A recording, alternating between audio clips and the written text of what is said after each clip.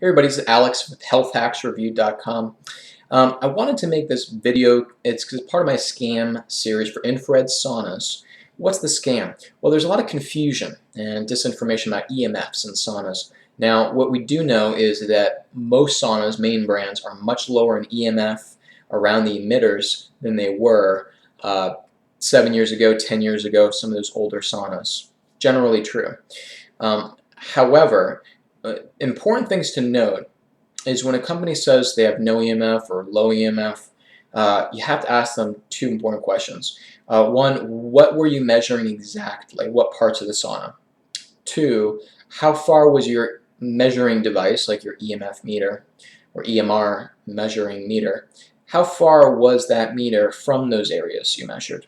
You ask them those two questions, and they probably won't be able to give you all the information on that, but which is a red flag. But if you ask those two questions, then you'll basically be able to get a very accurate understanding of, okay, they didn't measure this area, so it could still be higher spikes in this area, or the meter they used was, a few inches away, so actually if the meter was closer in proximity, it would have been much higher.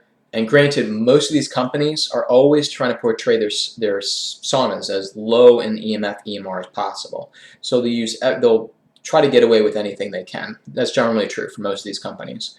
So in general, they're only measuring the lowest parts of their emitters or around where you're at. So that's one thing. Another, they'll have the meter a few inches away. Believe it or not, even an inch, 2 inches, 3 inches can dramatically lower the actual EMF measurable levels. In fact, if you're seated 6 to 8 inches away from any EMF in the sauna, you're pretty much going to be getting no exposure, regardless of what those EMF levels are. And most of the higher levels of what you can measure in a sauna is usually 7 to 12 milligauss for the most part, for lighting, control panels, emitters, power supplies, things like that. But again, if you're 6 to 8 inches away, it drops off to pretty much nil. And there's another side note: if a company is in their marketing saying no EMF, they might not be lying, depending on how far their meter was from these things they were measuring and what areas they were measuring. But in general, just to say no EMF on the whole is a lie. Every electrical device emits EMF. So there's no such thing as no EMF. But for sure, it's true there is no EMF when you're in far proximity. You're not near the device, right? There's no EMF coming from my lamp when I'm 5 miles away. This is true, right? It's just that most people didn't think to factor in proximity when they were trying to discern and figure this out, and also try to get the industry to comply more with lower EMF. So, and then the last part of this is, so you want to look for saunas that in general keep your back, because that's the biggest potential exposure to EMF, keep your back away from the emitters at least 6 to 8 inches. Not all saunas do.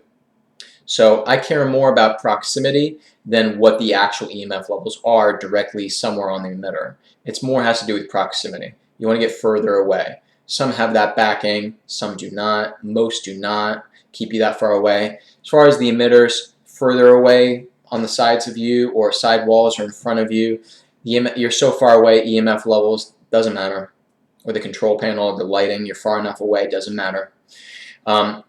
There are also, in most saunas, in order to streamline the mass manufacturing process, they put all the transformers, all the power supply, all that high EMF stuff underneath the bench inside of the sauna. And so this is controversial because most people wouldn't intuitively think, oh, I should measure the bench, what I'm seated on. I forgot that. They're usually measuring everything else, right? And then also the companies don't usually measure the bench. They're usually measuring the emitters and telling you what the EMF levels are on the emitters, but not on the bench area. And so again, most companies put them inside, all that power stuff, inside underneath the bench. Good companies, or ones who are really after lowering EMF, they'll usually put all that power supply transformers outside on the roof, outside the sauna, or they'll put it behind you outside the sauna. Again, so there's enough distance in between you and all that power supply stuff, where pretty much you're not getting any exposure to EMF. So that's very controversial, because there definitely are some well-known companies, parading around and marketing that they're extremely low EMF. Meanwhile, if you just check the benches and things like that in that area, you'd see that it's much, much higher than what they're claiming. Again, not saying that they're lying, because technically parts of their sauna could be very low EMF. I mean, again, there's ways you can kind of, it's how you're positioning, and it's the quality of the questions that you're asking, which is basically going to affect the type of answers you get. And also if you're doing testing yourself. I've tested every sauna. You don't have to test it yourself, but if you do, the best meter to use is a tri-field EMF meter. It measures 3 different bandwidths. That's the one you want. Yes, it's more expensive, but it needs to be accurate. Tri-field EMF meter. That's what I use for everything. Anyways, if you have any more questions about EMFs, EMF levels with different saunas, so on and so forth, send me an email inquiry, and you're welcome to make an appointment and or try to reach me on my phone. Thanks.